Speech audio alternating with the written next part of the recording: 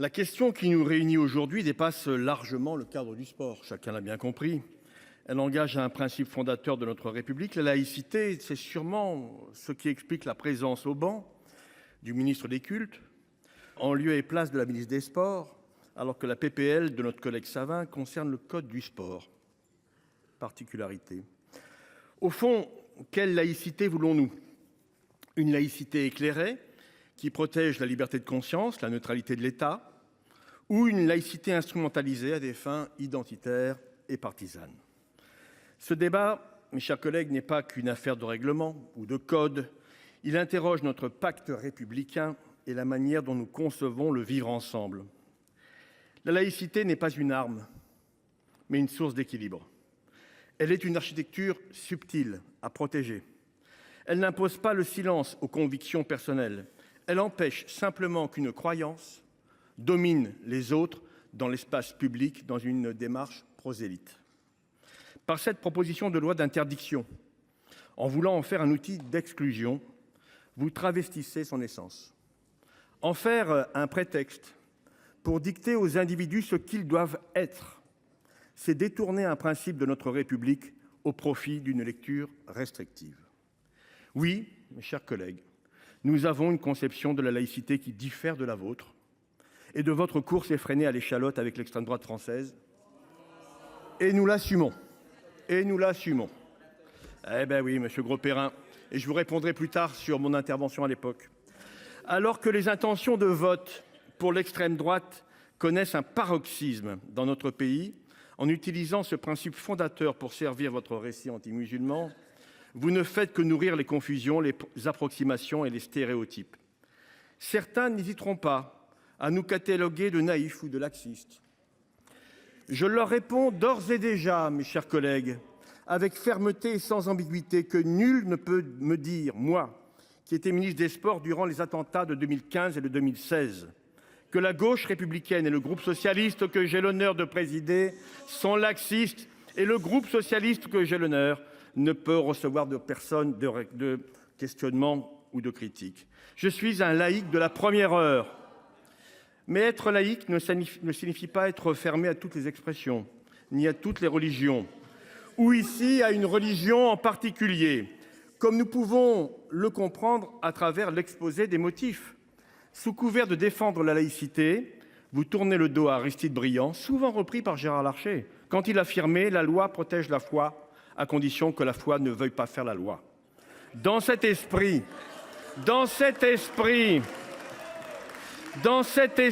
je me permets de vous rappeler, s'il vous plaît, que les garanties constitutionnelles interdisent non seulement de cibler une religion plus qu'une autre, mais également de porter une atteinte excessive et disproportionnée aux libertés individuelles. Force est de constater que depuis plusieurs années, la droite n'a eu de cesse d'interroger notre manière de vivre ensemble. Alors reprenons le débat. Confrontons votre vision étriquée de la laïcité avec la nôtre, celle d'une laïcité qui ne construit pas des murs, mais qui ouvre des ponts sans angélisme, mais sans amalgame. Pourquoi nous nous opposons à cette proposition? Premièrement, elle est redondante. Les fédérations sportives délégataires, grâce à une jurisprudence multiplement rappelée aujourd'hui, possèdent déjà le pouvoir nécessaire pour réglementer ces questions de manière équilibrée et réfléchie. Le mouvement sportif n'est d'ailleurs pas demandeur d'une nouvelle loi. Par ailleurs, cette proposition constitue une atteinte au principe de libre administration des collectivités territoriales. En interdisant de manière générale l'utilisation d'un équipement sportif comme salle de prière, elle va à l'encontre de la jurisprudence du Conseil d'État et de l'esprit même de la loi de 1905, qui autorise, sous condition, la mise à disposition temporaire de locaux communaux à des associations cultuelles. Et vous le savez bien. Nous prenons acte de l'amendement du rapporteur visant effectivement à limiter cette condition et plutôt à élargir, le champ de mesure à l'ensemble des cultes. Mais l'intention initiale demeure inchangée. Pourquoi poser une dérogation pour des fêtes paroissiales ou des réunions catholiques tout en interdisant clairement la prière musulmane? Cette différence de traitement, loin d'assurer une laïcité équilibrée, crée une inégalité flagrante et nourrit un climat de suspicion vis-à-vis d'une partie de nos concitoyens. Deuxièmement, cette PPL est inutilement discriminatoire. En ciblant spécifiquement les signes religieux, et notamment le voile, Elle marginalise et exclut en particulier nos concitoyennes musulmanes, trop souvent au centre de ces polémiques sur l'identité. Par ailleurs, ces interdictions entraîneront à coup sûr, et vous le savez bien, une exclusion sociale dévastatrice pour ces femmes pour qui le sport est un canal essentiel de sociabilité, d'intégration et de bien-être physique et mental. Il ne fait aucun doute que cela n'aura pour seul résultat que de pousser ces sportives vers l'isolement, voire le communautarisme. Notons que cette proposition prévoit d'interdire lors des compétitions le port de tout signe ou tenue manifestement clairement une appartenance politique ou religieuse. Une question se pose alors. La majorité sénatoriale entend-elle aussi interdire les campagnes, par exemple, contre l'homophobie, qui se manifestent parfois par le port d'un autocollant sur le maillot pendant les matchs? Voyez-vous, chers collègues de droite, à quoi vos amalgames pourraient mener jusqu'au bout? Troisièmement, cette loi est potentiellement liberticide. Elle s'apprête à restreindre les libertés individuelles sans fournir de justification suffisante, pavant ainsi la voie des interprétations dangereuses et extrêmes de la laïcité. Le Conseil d'État lui-même a souligné que de telles mesures généralisatrices n'étaient ni nécessaires, ni adaptées, ni proportionnées. En somme, cette proposition constitue sans conteste une violation flagrante des engagements internationaux de la France en matière de droits humains et va à l'encontre de tout ce que notre République présente.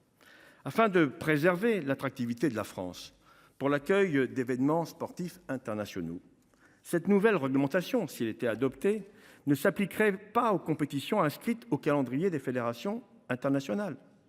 En résumé, les auteurs de cette proposition, cher M. Savin, chers collègues, semblent à l'aise avec l'idée d'exclure des compétiteurs français d'événements nationaux, tout en accueillant sans réserve des athlètes internationaux qui ne respecteraient ni la lettre ni l'esprit des lois françaises, tout cela au nom de l'attractivité. Cherchez l'erreur.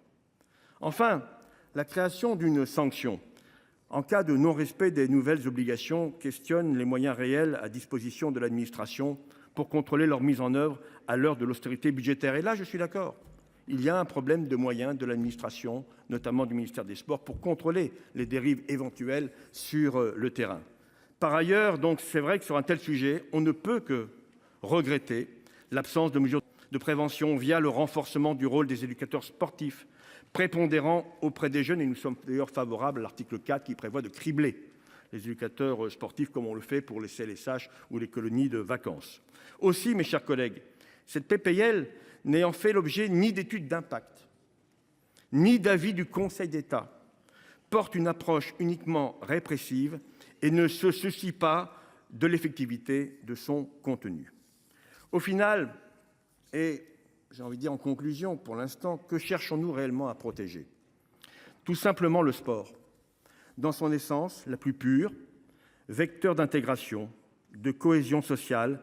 C'est un domaine où les différences de foi, de couleur, de conviction s'effacent devant le mérite, l'effort et le respect mutuel. Il nous revient à nous, législateurs, de préserver cette essence plutôt que de tomber dans le piège du « toute interdiction » qui vire très vite à toute exclusion. Nous considérons que le respect de l'égale dignité de chacun, de considérer les personnes pour ce qu'elles sont et non pour simplement ce qu'elles pourraient être, eh bien, c'est le signe de la pluriculturalité de notre société, où la préoccupation de l'unité ne rime pas systématiquement avec uniformité. Alors oui, mes chers collègues, et j'en termine, Madame la Présidente, nous croyons en une laïcité qui protège, qui inclut, qui éduque, qui rassemble. Oui, la laïcité doit être un bouclier, mais pas une épée dirigée contre une partie de nos concitoyens. C'est pourquoi, au nom de ce principe et au nom des valeurs d'égalité, de liberté, de fraternité, mon groupe votera contre cette proposition de loi.